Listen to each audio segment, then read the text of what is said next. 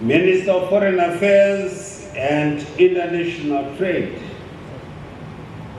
Honorable Ambassador Frederick Shava, Minister of State and Devolution for Harare Metropolitan Province, Honorable Comrade Charles Chiwenga, Minister of Information, Publicity and Broadcasting Services, Honorable Dr. Jenfan Musquere, Minister of Youth, Empowerment, Honorable Tino Machakaire, the Minister of Tourism and Hospitality, Honorable Barbara Rhodzi, the Chief Secretary to the President and Cabinet, Dr. Martin Rushwaya,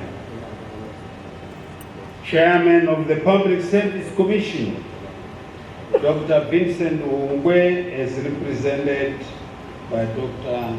Choruma.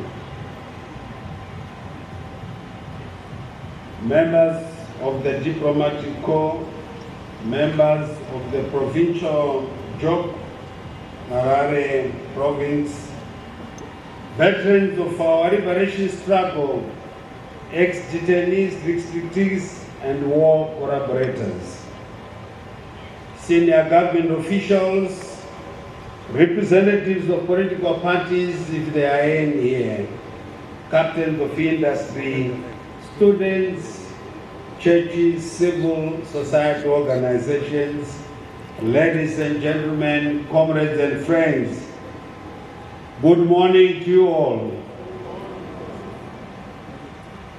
My address to you today marks 22 years since the imposition of sanctions by Western countries, led by the United Kingdom, the European Union, and the United States of America, through the Zimbabwe Democracy and Economic Recovery Act, ZIDERA. And today is a very important day as we mark this Anti-Sanctions Day. It also coincides with our 20th Annual People's Conference of the ruling party ZANU-PF. And as ZANU-PF, we will continue to say, land has been united by its people, and its people by its land, and there is no apology to that.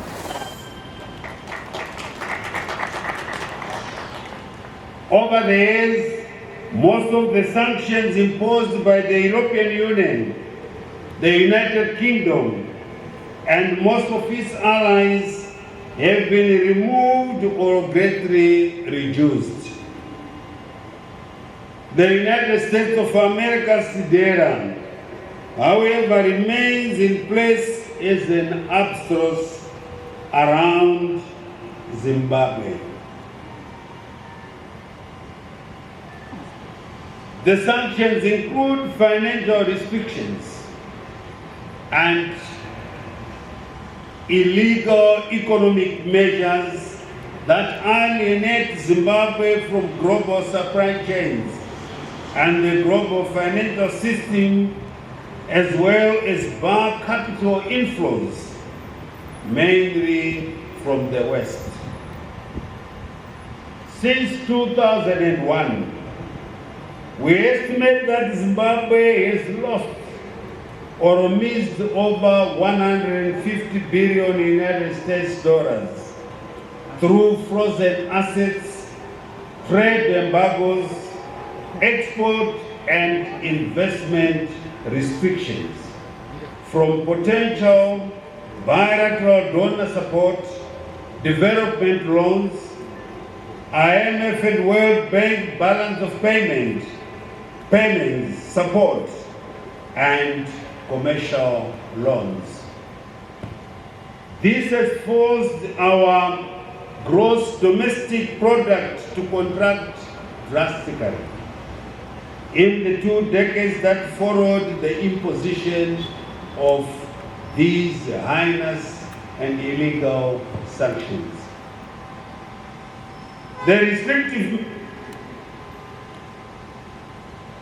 The illegal sanctions are also a direct attack on Zimbabwe's currency, which is our sovereign currency of choice.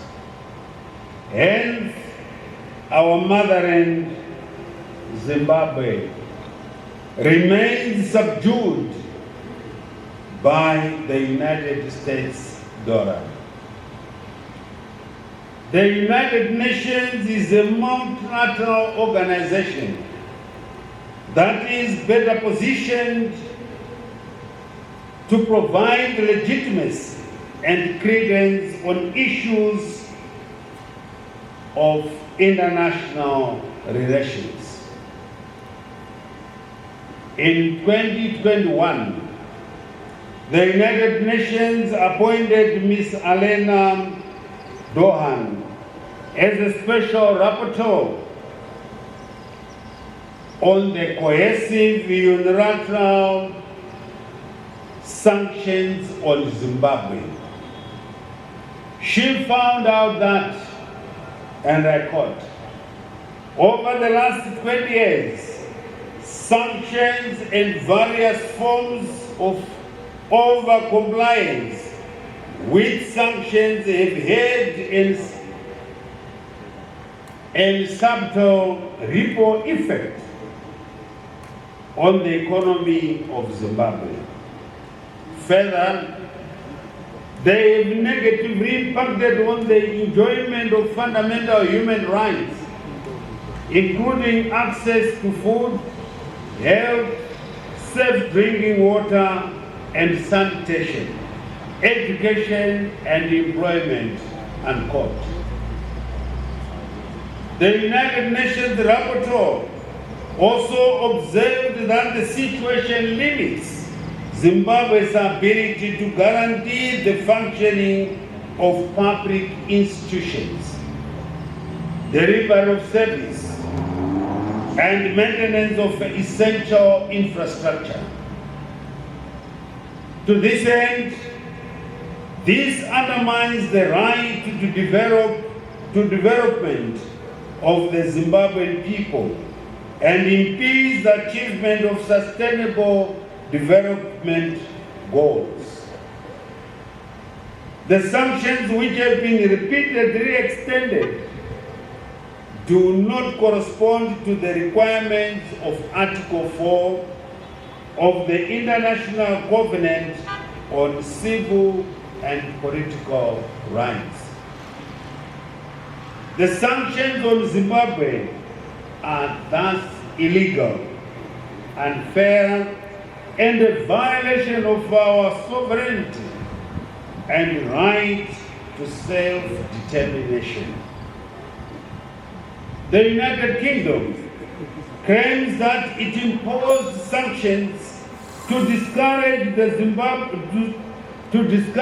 government of Zimbabwe and any person or entity from abusing Zimbabweans, as well as to promote the rule of law and good governance.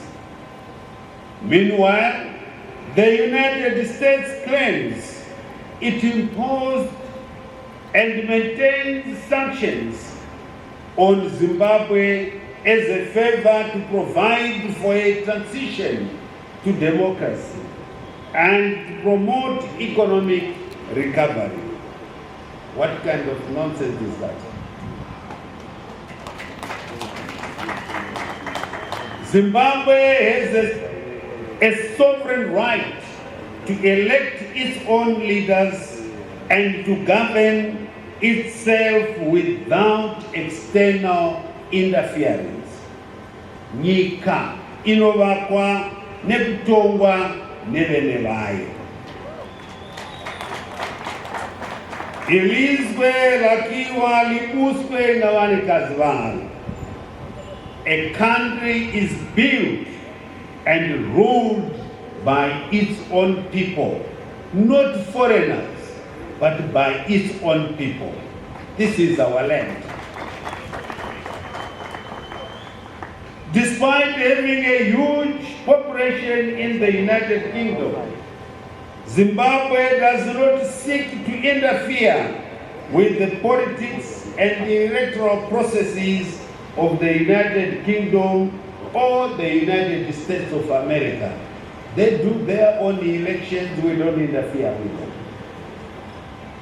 They do their own rules, that we don't interfere with them.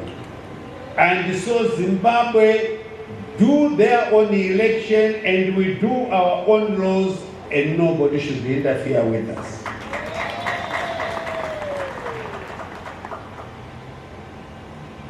It is also surprising how the United States seeks to promote Zimbabwe's economic recovery with an act that strangles the Zimbabwean economy and limits its participation in the global economic system.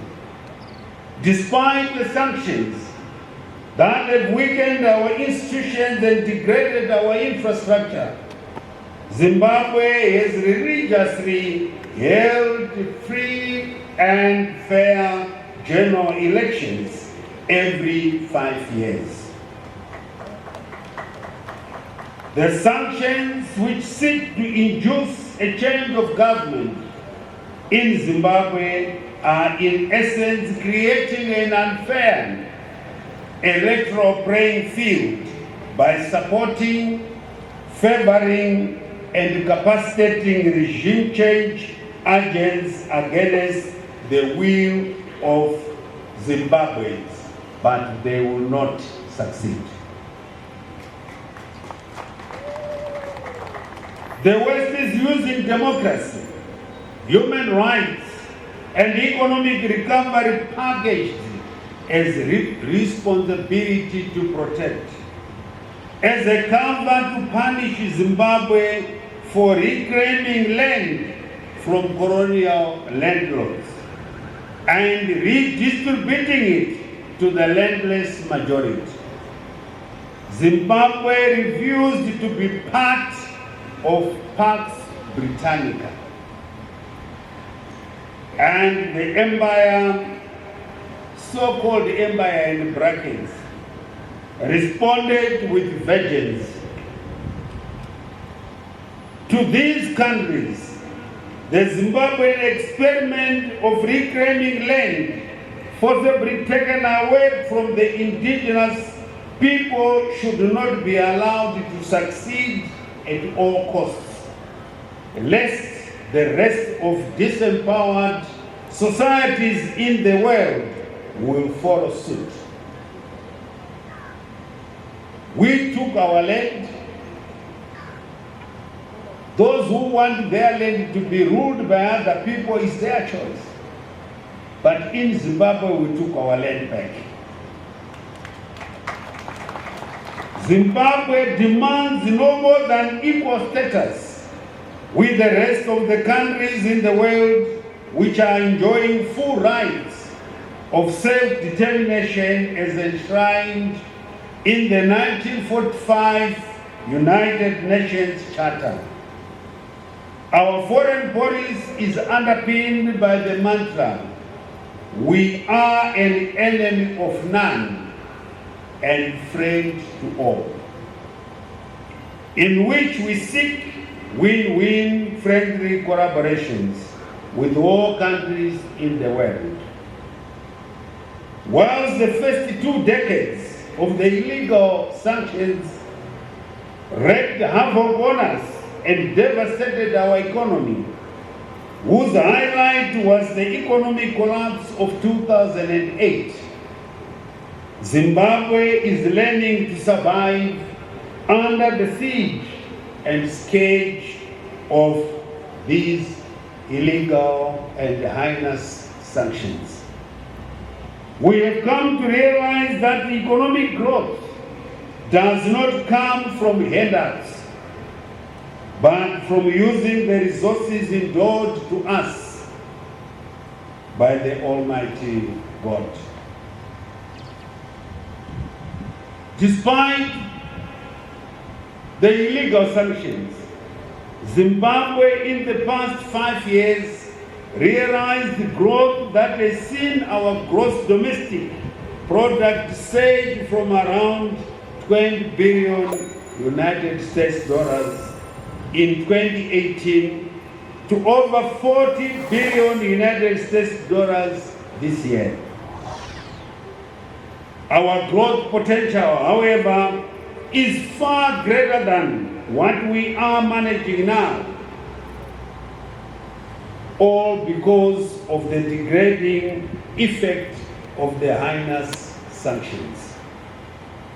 The African Union in general and the Southern African Development Community countries in particular have suffered immensely as a result of the illegal sanctions imposed on Zimbabwe.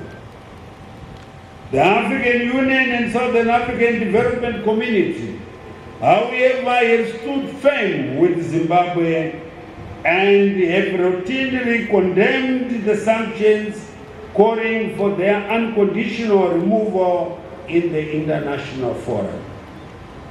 SADC went further and set 25 October of each year to condemn the sanctions, call for their unconditional removal, and express solidarity with Zimbabwe. The Russian Federation, the People's Republic of China, and other friendly countries have also stood by Zimbabwe, including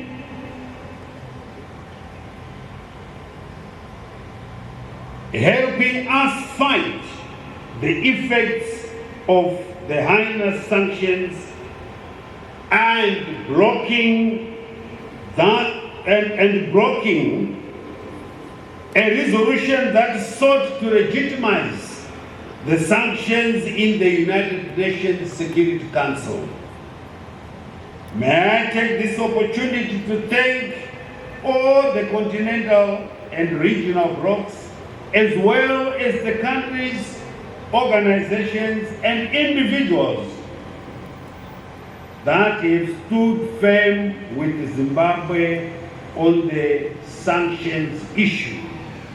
We say to them, thank you, and may you continue to support Zimbabwe until all illegal sanctions are removed from our motherland. I also call upon Zimbabweans to remain resolute and fight for the prosperity of our country despite the illegal sanctions. As I conclude, I call upon the countries that maintain sanctions on Zimbabwe to unconditionally remove them now.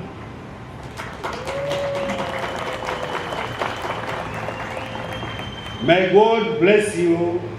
May God bless Zimbabwe. May God bless Africa. May God bless the world. I thank you.